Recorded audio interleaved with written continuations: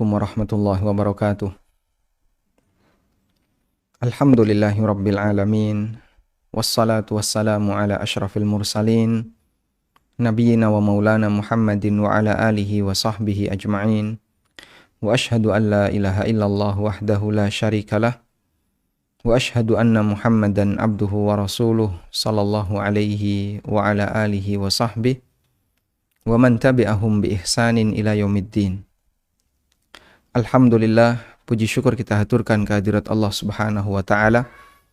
Di kesempatan siang hari ini kita bisa belajar bersama, dan kajian ini merupakan kajian rutin kitab Umdatul Ahkam. Namun untuk kesempatan kali ini yang akan kita bahas adalah seputar hukum berniaga di dunia maya. Sebelumnya sebagai muqaddimah, bahwa seperti yang kita tahu, transaksi di dunia online termasuk di antara transaksi yang sifatnya kontemporer. Artinya belum ada di masa silam. Sehingga untuk bisa memahami itu, kita perlu pendekatan yang digunakan oleh para ulama bagaimana cara untuk memahami sesuatu yang sifatnya kontemporer.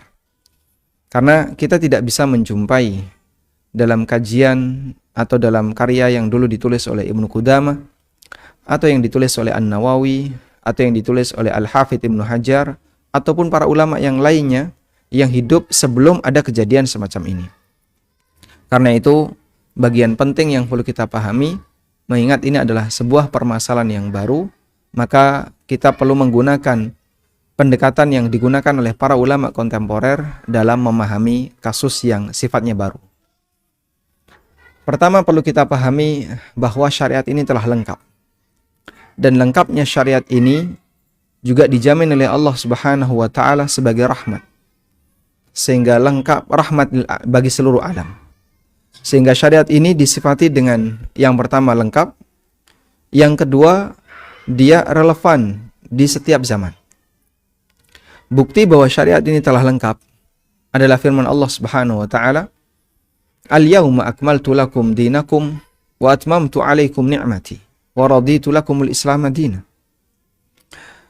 Pada hari telah aku sempurnakan agama kalian. Dan sesuatu yang telah sempurna berarti semuanya telah disediakan. Kebutuhan apapun yang perlu untuk diketahui oleh manusia berkaitan dengan aturan yang akan bisa mendatangkan kebahagiaan dia baik di dunia maupun di akhirat terdapat dalam syariat ini. Yang kedua, bahwa Allah Subhanahu wa taala menjadikan syariat ini relevan di setiap zaman.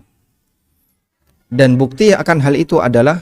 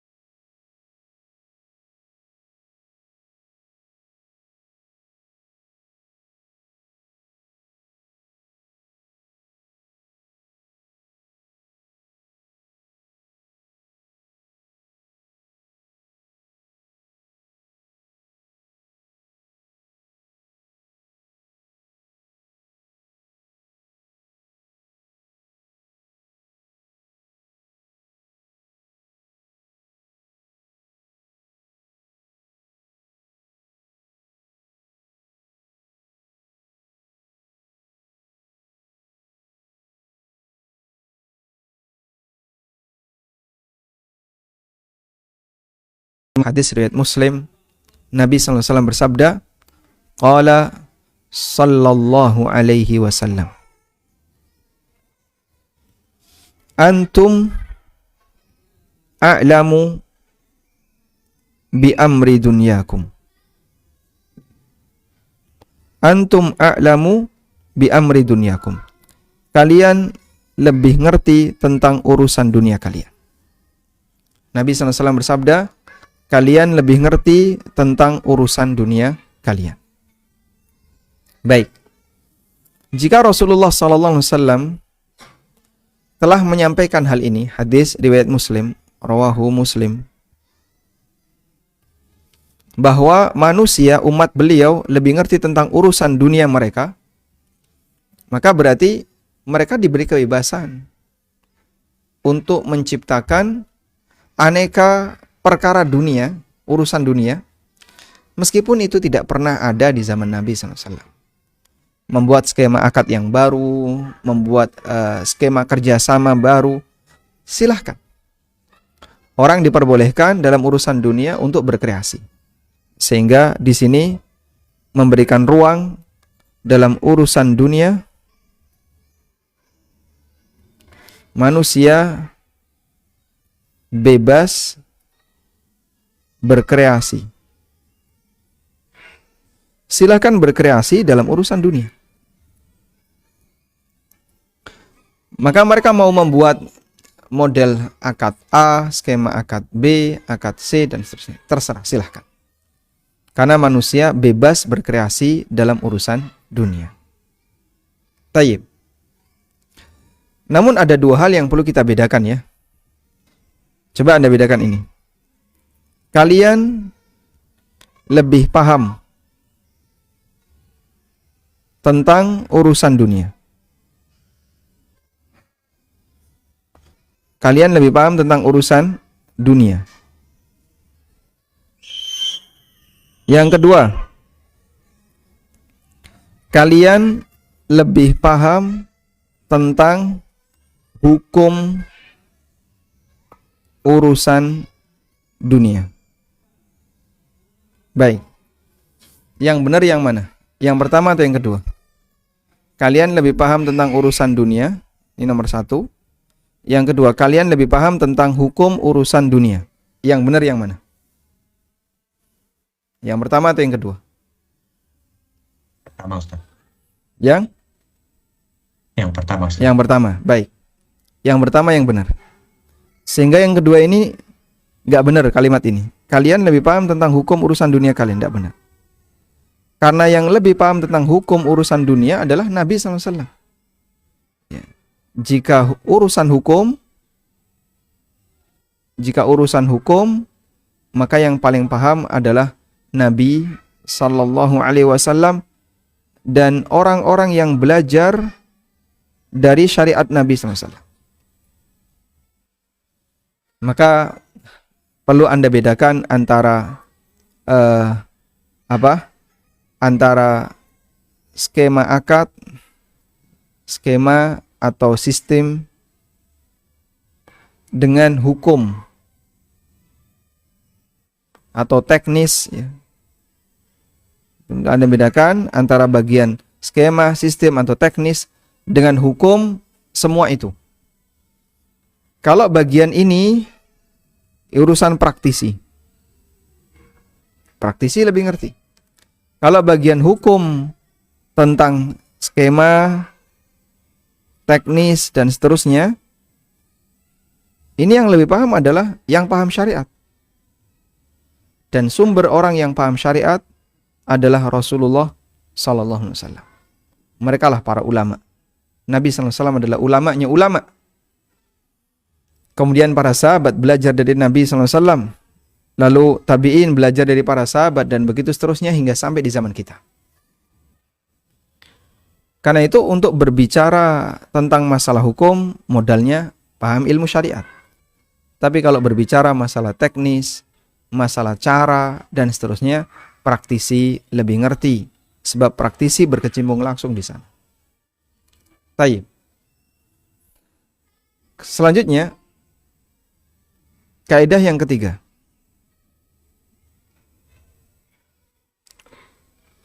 Dalam transaksi online, pembeda antara transaksi online dengan offline. Sebenarnya, aturan transaksi online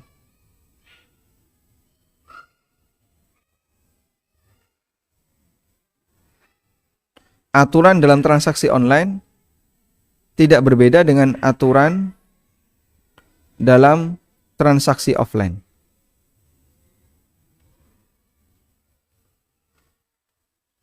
Secara umum, aturan dalam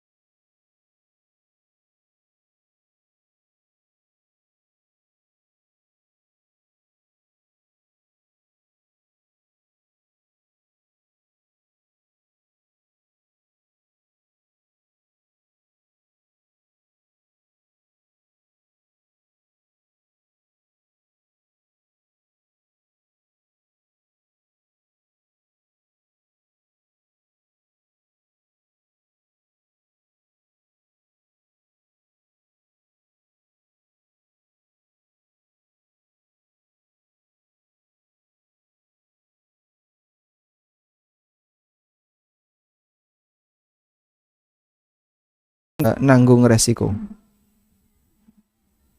Maka kurir tidak bertanggung jawab terhadap resiko. Kenapa? Dia tidak teledor. Dia sudah laksanakan itu sesuai SOP. Yang kedua, kurir teledor.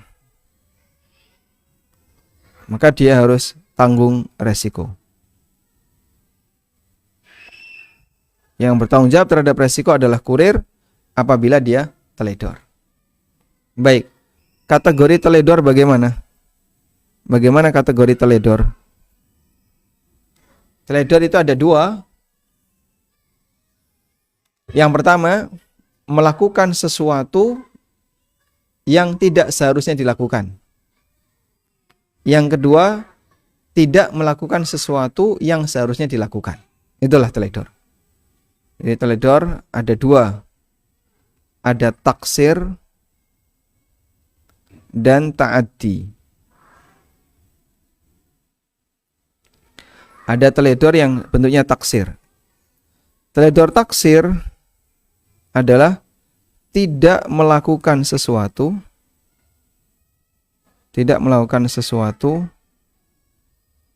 yang seharusnya dilakukan. Tidak melakukan sesuatu yang seharusnya dilakukan. Misalnya, seharusnya barang ini dimasukkan ke dalam ruang tertutup atau kotak yang beratap. Ternyata nggak dikasih atap, ruangnya tidak ditutup. Akhirnya kehujanan. Maka ketika dia tidak ngasih atap, berarti dia tidak melakukan sesuatu yang seharusnya dilakukan. Namanya taksir. Yang kedua ada ta'addi.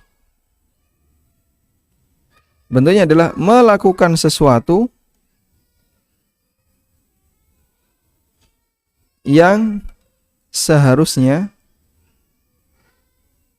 tidak dilakukan. Melakukan sesuatu yang seharusnya tidak dilakukan. Contohnya apa? Nendang, nginjak, kemudian banting, ngelempar, dan seterusnya. Itulah ta'addi. Apabila salah satu ini dilakukan oleh kurir, maka kurir wajib untuk menanggung resiko, sebab dalam hal ini kurir telah melakukan tindakan teledor, baik taksir maupun ta'addi. Baik. Kemudian selanjutnya, tadi kita telah menyampaikan bahwa ada akad, ada takobut. Akad memindahkan hak milik, takobut memindahkan tanggung jawab. Sehingga di sini bisa kita tambahkan. Ini tadi nomor 5 ya. Sekarang nomor 6. Akad yang sah secara online. Akad yang sah secara online memindahkan hak milik meskipun belum diterima. Memindahkan hak milik meskipun belum diterima.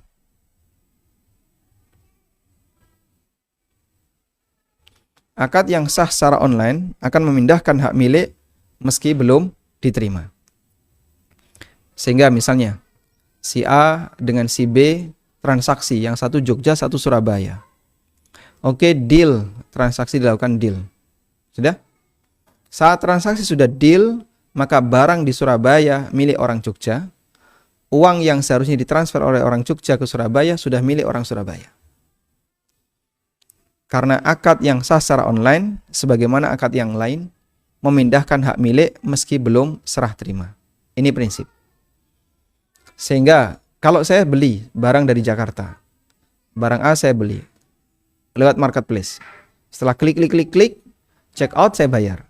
Barang itu masih ada di Jakarta hari ini setelah saya check out.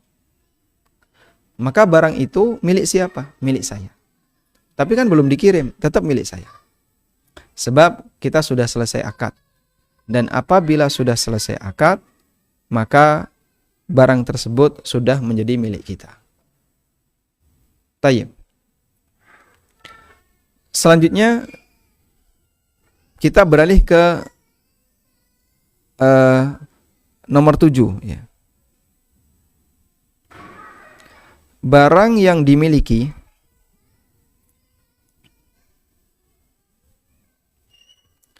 tidak boleh dijual ulang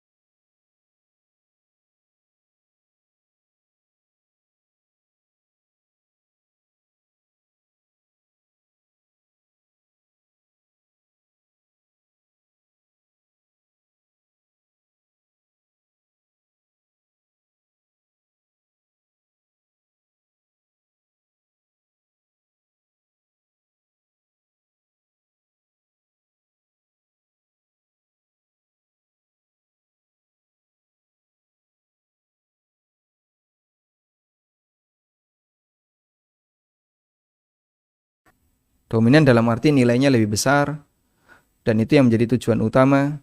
Sementara ini sifatnya bukan tujuan utama, namun mengikuti dan nilai kecil. Umumnya kayak gini. Kemudian untuk akad bermasalah ini statusnya adalah gharar. Nah, para ulama memberikan toleransi. Gharar yang mengikuti hukumnya boleh. Gharar yang mengikuti hukumnya boleh. Hukumnya tidak diperhitungkan, bukan boleh ya. Tidak diperhitungkan. Gharar yang sifatnya mengikuti tidak diperhitungkan. Gharar yang sifatnya mengikuti tidak diperhitungkan. Sebagai contoh, ada sapi 1 dan sapi 2. Ukurannya sama, usianya sama, jenis kelaminnya sama. Cuman bedanya yang ini gadis, ada sapi gadis, yang ini hamil.